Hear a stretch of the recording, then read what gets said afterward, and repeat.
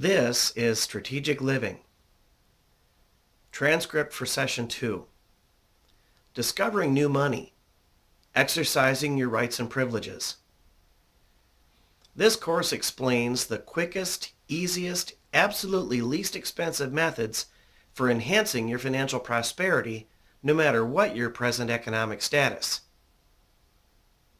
This second session, Discovering New Money, Exercising Your Rights and Privileges, builds on your awareness and develops your protection against financial losses due to extortion and fraud. Reality check. There is a particular direct toll route traversing a particular body of water. The route is known for terrible congestion and consequential inconvenience, but the great majority of people prefer it, even though there is another direct route nearby that also traverses the same body of water without a toll, and since comparatively few people use it, without congestion. The question is, does the fact that most people prefer the first direct route with a toll and terrible congestion make using the alternate route illegitimate or inadvisable? If you answer no, think about these further questions. Is it necessary for the IRS to label the law of gravity to confirm that it is a law and to make it a legitimate force of nature? Is it necessary for the IRS to label something as tax-free or tax-exempt if legislated law already says it is tax-free or tax-exempt? Does the fact that most people prefer using only IRS-labeled methods characterized by maximal taxation make using alternate methods characterized by minimal taxation and based on legislated state and federal law illegitimate or inadvisable? The point is that people tend to prefer things as they are, but there are options for those who want the benefits such options provide. For example, some drivers prefer to take the short side of a triangle, whereas others prefer the longer route, the other two sides of the triangle, because that's the way they know. It simply is not important to them that a shorter direct route is available. People also tend to do what seems most convenient and what takes the least amount of effort. Most of all, people tend to do what feels most comfortable, which just happens to be the easiest and the most convenient in the way they have always done it, or at least the way they have been doing it for a considerable period of time. What develops over a considerable period of time is tradition, and what develops from tradition is loyalty. A curiosity is the tradition of loyalty to people, most of whom are not legal professionals, who get paid to make determinations of law.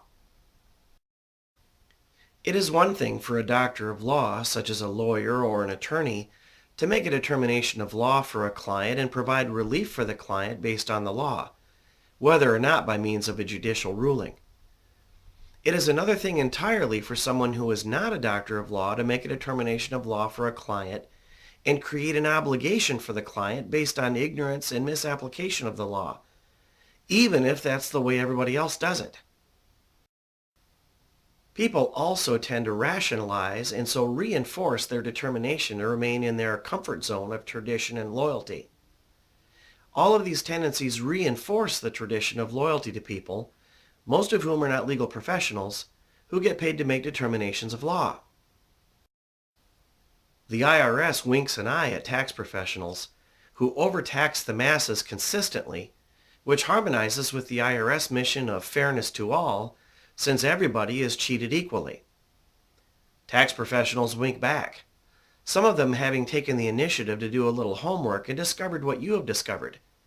But they keep it to themselves, go about their business, and make themselves deliberately, or at least deliberately, negligently complicit in legal extortion. People tend to rationalize that it is simply easier, even safer, to hire a professional to calculate legal tax obligations from year to year, rather than risk running afoul of the IRS.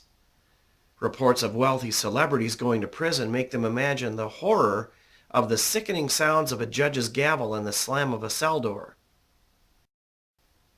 What people forget or ignore is that they have legal and constitutional rights, and by their tradition of loyalty to people, most of whom, although not legal professionals, get paid to make determinations of law anyway, they waive their IRS published right to pay no more than only the correct amount of tax due under the law, only the amount of tax legally due, which their hired professionals can no more determine than they can put themselves on the moon. Do not IRS agents and income tax professionals have authority to make such determinations? According to the U.S. Supreme Court pronouncement, which is item 17 of Appendix F, the courts, very near the end of the ebook accompanying the first session, because of what appears to be a lawful command on the surface, many citizens, because of their respect for what appears to be law, are cunningly coerced into waiving their rights due to ignorance. Rather than make their own determinations about their lawful obligations, people tend just to ignore the actual language of the law, presume that it establishes an obligation, blur the distinction between the actual language of the law and the authority exercised by governmental and non-governmental tax professionals in making income tax determinations, and assign these to work out the details on the forms. Technically, having been assigned to complete income tax forms, tax professionals are not making determinations of law when completing such forms. The responsibility for determination of law remains with the individual who assigns another person to complete the forms.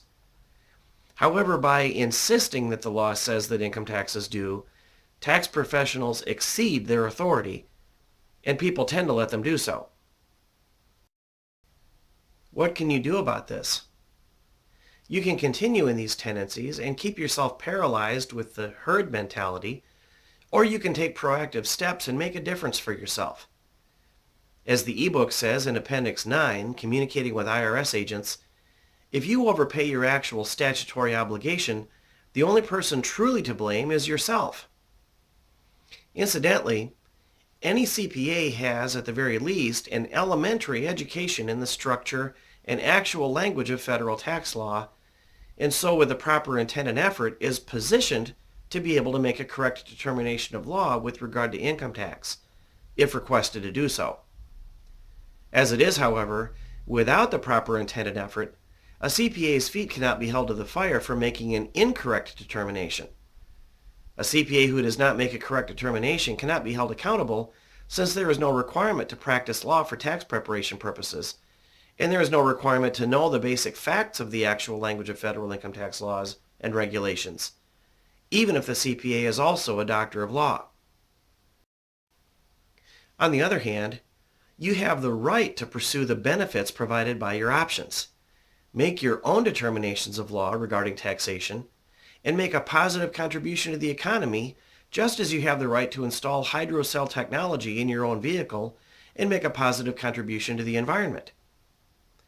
The fact that, if you even bothered to inform them, you might incur the ire of individuals in the IRS by reducing your income tax cost is no more consequential than the fact that, if you even bothered to inform them, you might incur the ire of individuals in the automobile manufacturing industry by reducing your fuel costs and your toxic emissions.